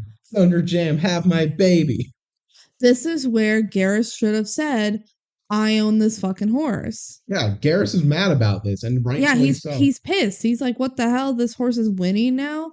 Like, dude, just go to court. And like it's becoming a status symbol to be wearing the headphones on a horse. Yeah, okay, the headphones are really cute. It's like the trademark yellow headphones with little horse ears on it. Yeah. It's adorable. Yeah. So then we go to a party for Thunder Jam. Everyone's celebrating his big wins, and he's like killing it and probably making a boatload of money, honestly. He's doing good. And the party has a mariachi band there, and I find that fun because I feel like it's fun whenever a mariachi band shows up. Because it's only on funny situations that a mariachi band's somewhere. And the Hector and the mom are talking about how good TJ is and how good Corey is. And they're flirting. They're flirting a lot. And he's like, remember the woman I talked about that was the most beautiful in the world? Does she want to dance? Why don't you ask her? And yeah, they start dancing. Then immediately after they start dancing, it gets cut off because someone has a speech. They're going to make an announcement. The race announcer guy's like, hey, y'all know Thunder Jam? Yeah, we love Thunder Jam. He's pretty cool. He's so cool. Yeah. And everyone's like celebrating. And he's like, I'm sorry, I made fun of Thunder Jam when you tried to enter him immediately. I thought he sucked, but obviously he's pretty good. Hector's like, yeah, he is. Yeah. It's like, well, now I gotta announce the real bigwig people here. And like a guy in a suit comes in and goes, hey, you guys know about the Gold Rush Derby? We can't say Kentucky Derby because that's unbelievable. I'm pretty sure they say, though. Oh, yeah, you mean for this? Yeah. So, yeah. It's a Gold Rush Derby. It's a derby I've never heard of. Yeah. Because I only know, like, the Triple Crown, pretty much. Yep. And I go to Canterbury Park in Minnesota. And that's my exposure to horse racing. And it's like, well, I entered him into this big derby. Yeah, it's a $500,000. And the group's like race. A little worried about it because the turnaround's in like 2 days. Yeah, Hector's like, that race is in 2 days. And he's like, are you saying Thunder Jam's not ready? And he's like, well, yeah, he's ready. And a man in the background goes, TJ will be great. TJ will be great. It's just a random. It's like in Camp Rock when they go, I love the just random bits of dialogue from people in the crowd. It's so good. TJ will be great. I mean, I love the like sports too. You ever watch golf on TV? You ever watch sports? Because I actually hate it in golf, but this is the one where it's the most clear example of it. That anyone hits a ball at any point and like it's a par five and it's the tee shot and someone hits it and someone will yell in the In the hole. hole. Yeah, no, I And have I always definitely find that heard very that. silly. In the hole. What else are you gonna do at a golf tournament? It's probably boring as shit because you gotta wait around for the next golfer to come by, you know? So You when they can't hit go it, follow the ball. no. So when they actually hit it, you gotta do your thing. You gotta go in the hole. Yeah. Um And Garrus is like, well, it's going to take more than headphones to win the Derby. I'm mad about the selection. You shouldn't have picked him. He's too small of a horse. And everyone's like, this horse has fans. So, like, let's put It's gonna attention on bring the a Derby. crowd. Yeah. This whole town will come out to see this So horse because it's the only thing they fucking care about. Garrus is like, pissed about this. And Hector goes, yeah, it'll take more than headphones to win. It'll take heart. Yeah. Burn. Take And then we get that. like a 10-second focus of the camera on a random mariachi guy. They needed to fill time, I'm telling you. Yep. And while they're all talking about this, Moody and Corey are talking. They've really developed like a good friendship. Yeah, they're through friends this. now, yeah. And Moody's like, man, it's cool that TJ's in the Derby and Oh, all. no, first Corey goes, isn't this so exciting? Like that TJ gets to be in a derby. I'm so happy right now. And then Moody goes, yeah, that's cool and all, but doesn't this kind of fucking suck for you? Like, you should be the one racing. Yeah, he's like, I would be so sad if I were you. Because She's like, I wasn't even thinking about it. he's like, because I know how much you want to race. And You're a good rider. you're a good rider, Corey. You should be able to race. And it's like, Moody, why would you make her sad in this moment? She was so happy that her horse is going to be in this derby. Mhm. And then you're like, yeah, but this must fucking suck for you. All right, now we get a sketchy little cut to a quiet Okay, barn room. it keeps cutting back and forth between these two scenes, and it's so abrupt. This is where the editing really just sucks. Like it's like getting whiplash. So it's a quiet little barn room that Garrus is sneaking into, Yeah. and Kelsey out loud while we were watching this says he's gonna Tanya Harding the horse. It's so like eerie, right? You see, it's like a big wide shot, and there's a guy creeping in, like, oh, he's definitely gonna Tanya Harding the horse. Yep. And Garrus and TJ go face to face and they start like talking to each other. Notably, it's just Garrus talking to TJ. TJ. Yeah, Garrus doesn't have the confidence of horses. No. Yeah, that would be weird if he did. Yeah, he's not a good guy. Yeah. Cuts back to Corey being like, hey, I can talk to horses, by the way, Moody. Hey, Moody, I'm going to tell you something I've never told anyone. And Moody's like, oh yeah, I talk to like rabbits.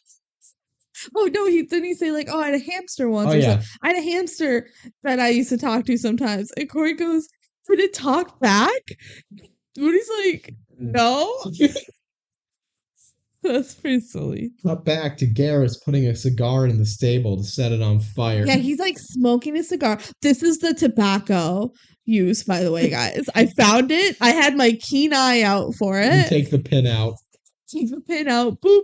Definitely was tobacco in this movie. The warning was warranted. Okay. So in case you're like, should I show this to my kids? Just know he's smoking a cigar and he's like, hey, horse, I hate your guts, horse. And TJ's like, I'm a horse. He's like, man, I'm a horse. And he's like, nah, I hate you, horse. And then he like flicks his cigar and the barn sets on fire. Did he do this on purpose? Because honestly, it's unclear. I think he did. He was going into the barn for a reason. Was it just to shit talk a horse? Or was it to light a barn on fire? I think it was lighting it on fire. He wanted to kill this fucking horse. Yeah. He's like, I'm so mad. He owns the horse. He wanted it dead earlier. He wanted it gone. He didn't necessarily want it dead. Yeah. So TJ starts freaking out about the fire because there's a fire, and Corey senses something's wrong. Theoretically hears TJ yelling like, oh my god, there's a fire. I'm a horse and there's a fire. And Corey's like rushes to the stable. Moody's there as well. and they're to the barn now, and they're like, "Uh-oh, we gotta go help this," and they're like yelling, "There's a fire! There's a fire! There's a fire in the Fire! barn. Fire!" Fire. And yeah, they rush into the stable to try and help. Like TJ's blanket's on fire, Yeah. and everyone's freaking out. Moody goes to try and save TJ. Corey's getting the rest of the horses there. And Hector eventually comes in and starts helping. They're like all going in. Long story short of it, Moody gets burned in the hands. Yeah, he takes the fire blanket off of TJ's back, and in doing so, both of his hands get really burned. Yep. Yeah. They're in bad shape. Yeah.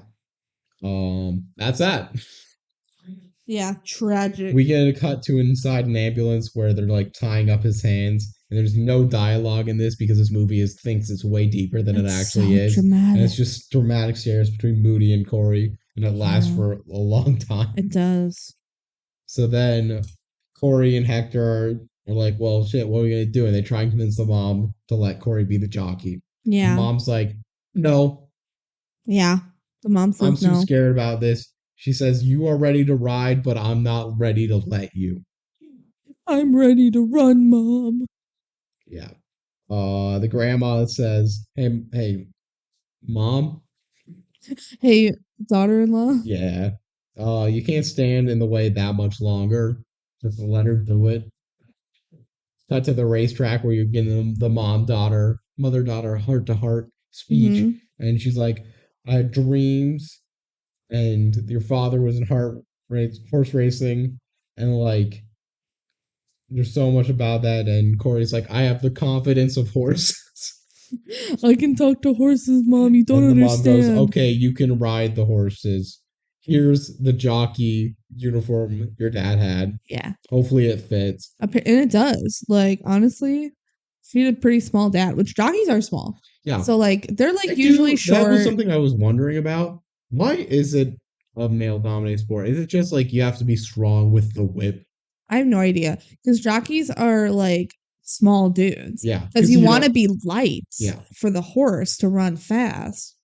Why isn't it more women? I have no feel like idea. There should be women, you know? Yeah.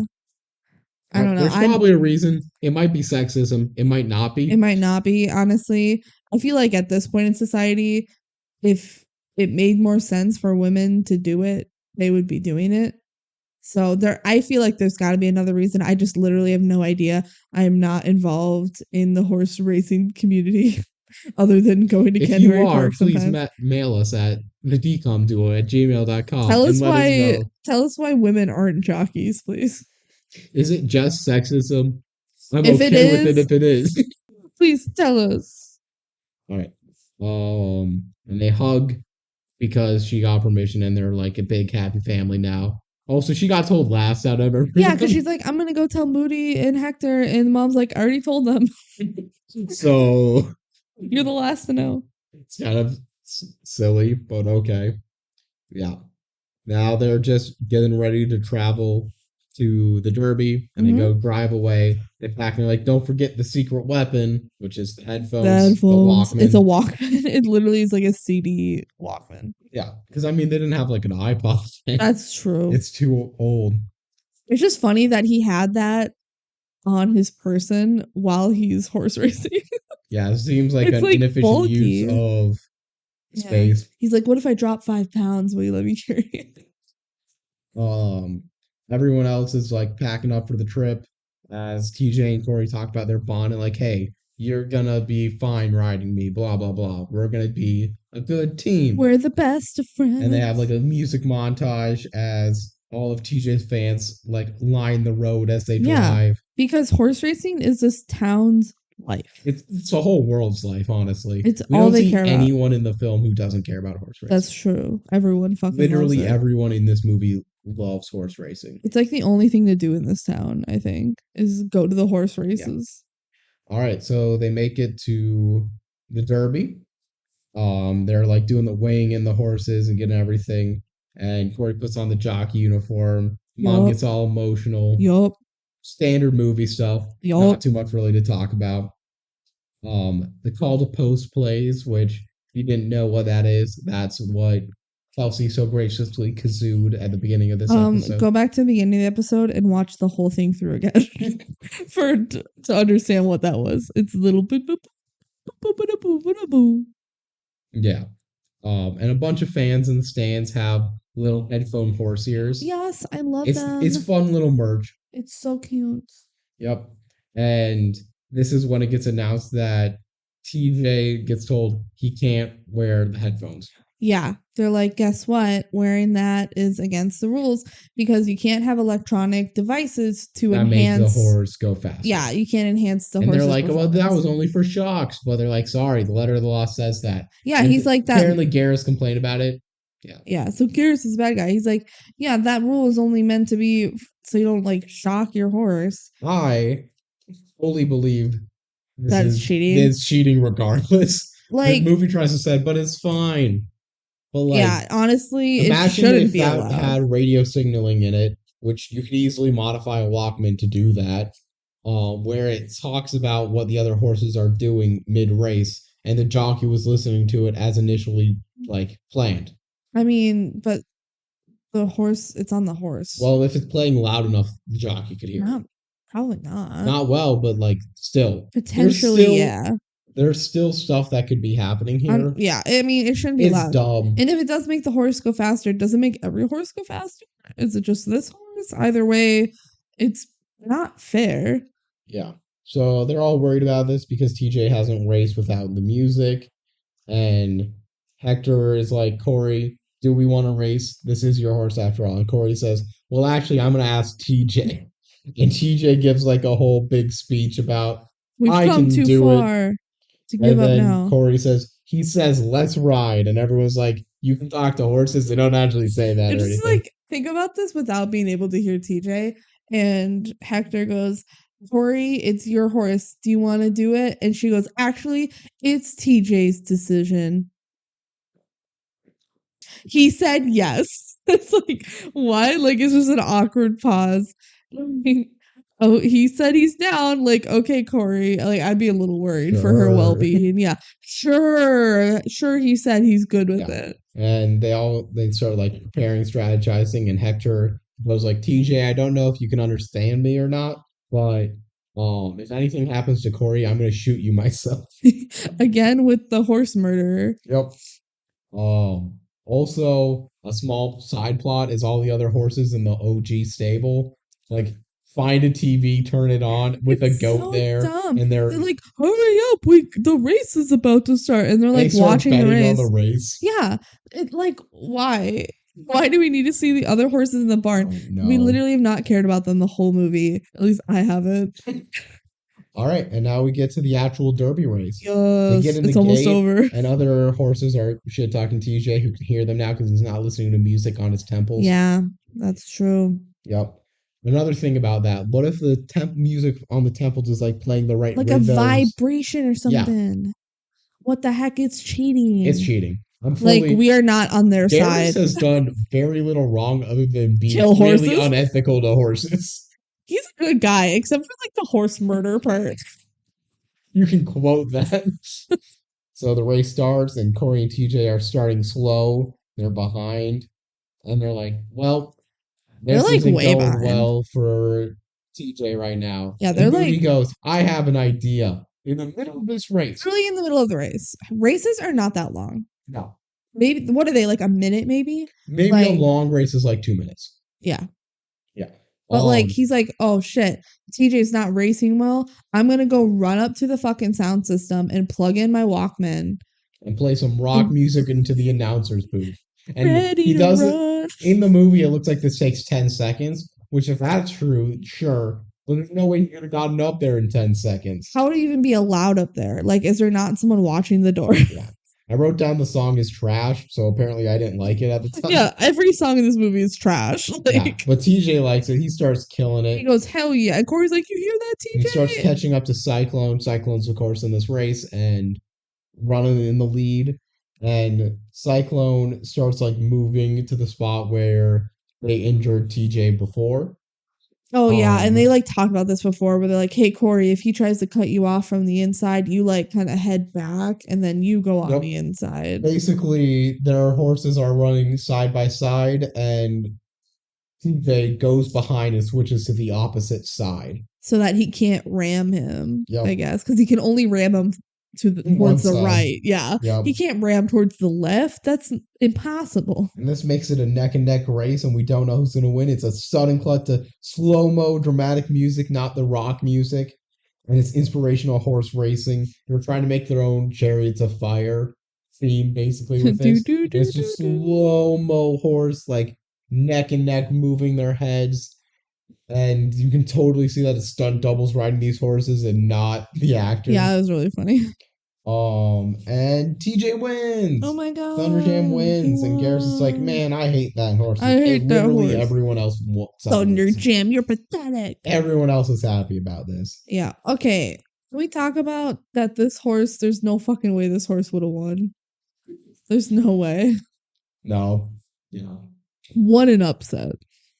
they were long odds, and the He's probably like music's too 20 to 1. powerful. He's probably like 20 to 1. Especially after they took away his headphones. He's probably like 30 After to the 1. headphones got taken away, probably like 50 to 1. Yeah, they're like, oh shit. He's But gonna lose. I would think everyone could do a protest because the sound being played over the Yeah. speakers. Fuck. If I were any of the other horse owners, I'd be like, we need to I would like be classed null as this bullshit. race. Like, I don't care. That's bullshit. Stupid. You can't like that music was probably distracting to the other horses. Yep.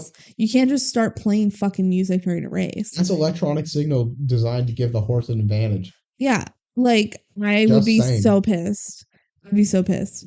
Like we are not rooting for the main characters of this movie because they are fucking cheaters. Like All right, this takes us to the epilogue of the movie. yeah. Yeah.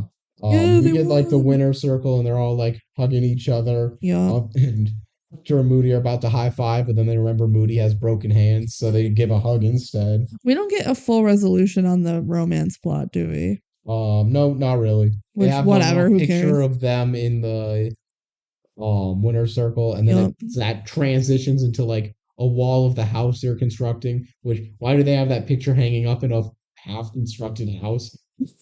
Such a good point.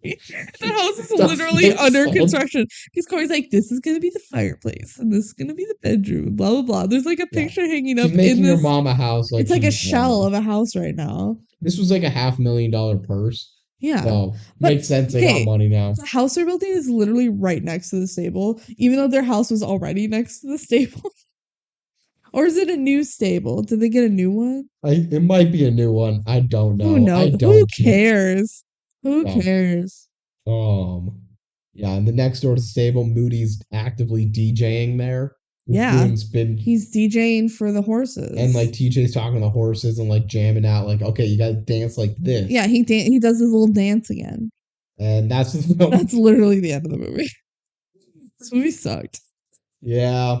There are worse DCOMs for sure. There's Not not a many. lot of worse ones. Like it's so forgettable. It's so boring. It takes itself way too seriously. There were no goops. There's no goops. Literally, goops would absolutely improve this Literally, movie. after you're done watching this movie, I feel like it just leaves your memory. Yeah. You're like, what happened in that movie? Oh yeah.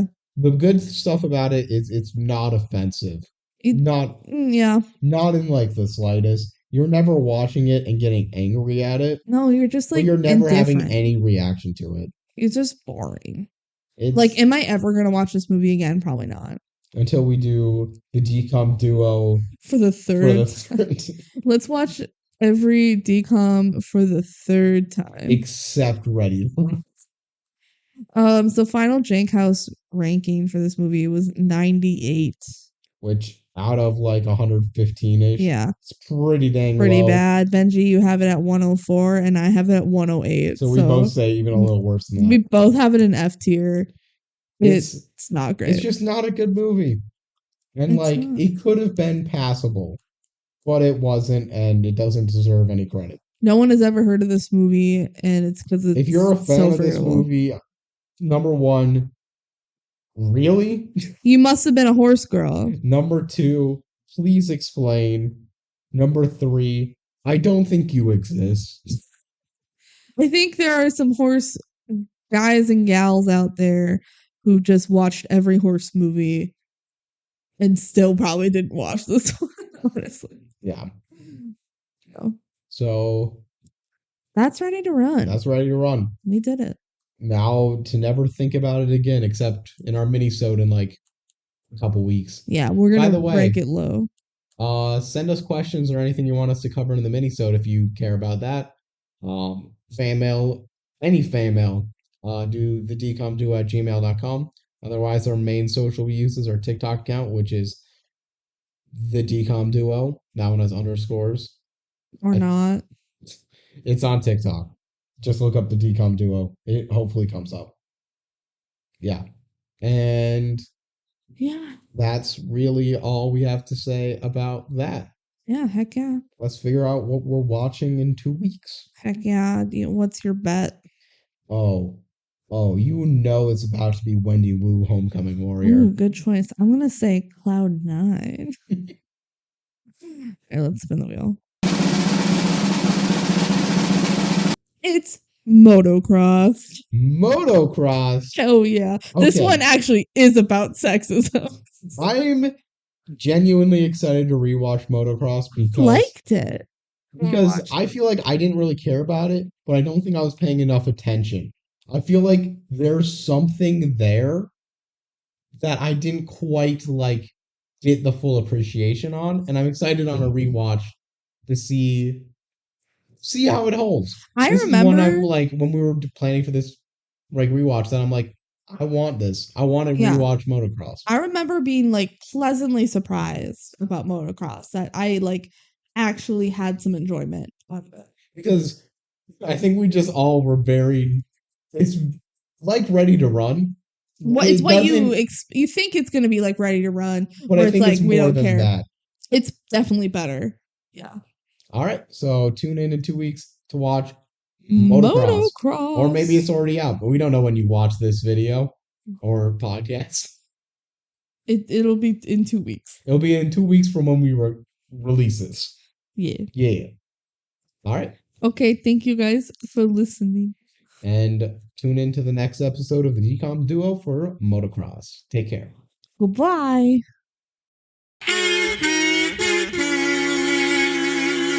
Scenes from our next episode. Yeah, did that kid really just solve sexism? Hey, Mom, don't women have rights now? Can you mansplain sexism? I thought women had rights now. We learned about that in school. Dang, I think I have feelings for this guy. Am I Man, gay? Is this She's the Man? Man, is this 12th Night 12th by Night? Shakespeare? Oh, it's a girl, so I'm not gay, right? To you. Ew. I thought I was gay. I think I liked you more as a guy, though. You know, 12th Night. Yeah. Shakespeare was ahead of its time in gay acceptance. Okay, goodbye. We don't say goodbye. It scenes for the next episode. We're gonna say that in the next episode.